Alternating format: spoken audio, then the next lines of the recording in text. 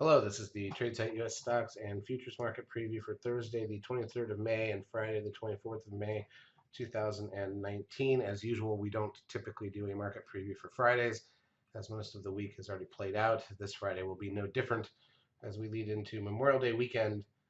Monday, the markets are closed, and therefore Friday, a lot of the bigger money will take off and extend it to a 4-day weekend. So Friday should probably be dull, especially after the first hour.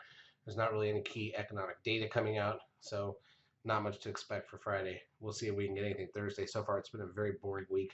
We closed exactly where we opened today after gapping down. We'll look at all that in a minute. Here's a look at the ES front month futures contract. This is the daily chart of the broad market in futures form. As you can see, gone nowhere for the last couple of days.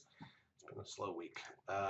Crude oil down $1.74 to 61.39 on the session. Gold up 20 cents, which is just a blip. There's a 13 buy signal now in gold. S&P cash lost 8 points.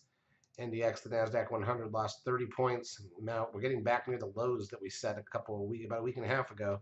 That's going to be the real test. So you've got the first bounce, you kind of failed at the 10-day moving average, and now you come back down to those lows. Remember, those were right on those red static trend lines. So if those break, we're going to be in trouble. The SOX loses 29 points, almost to new lows for the last 3 months. The biotech's up 6.62, which is obviously a blip. The Russell 2000 down 13.62.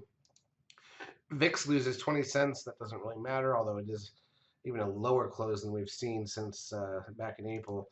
The trend at 1.28, that keeps the 10-day moving average at 1.21, so there's no signal there. Volume on the Nasdaq was only 1.8 billion.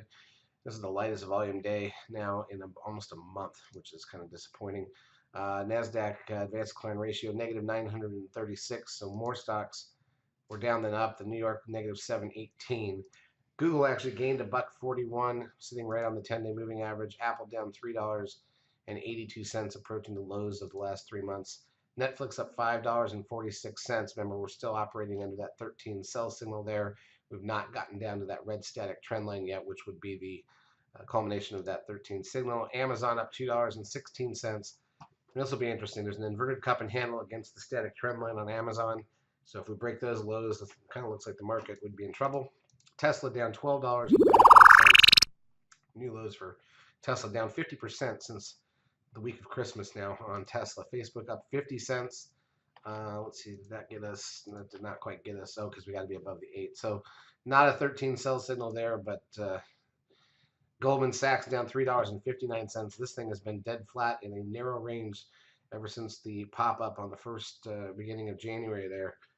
Nothing new at all. TLT, the 20-year bond ETF, up 72 cents and almost near highs. The Dow Jones down 100.72 on the session. All right, let's take a look at the intraday action. So here's 5-minute candles. Looking at the last 2 days, Tuesday and Wednesday. Look how flat.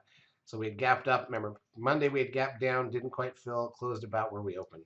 Tuesday we gapped up, tried to go higher, came back, still closed above where we opened by a little bit, leaving the gap below. By the way, that filled the gap from the prior day on Friday's close. Wednesday we gapped down, a spike after about the first hour filled the gap, and we closed about right where we opened. If you look at the Nasdaq side, pretty much the same story.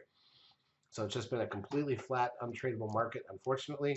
The gaps keep happening both directions, but again, we're making our way down slowly here in the market. We'll see what it leads to. In terms of economic data coming out still for Thursday and Friday, we've got the initial and continuing jobless claims an hour before the bell on Thursday.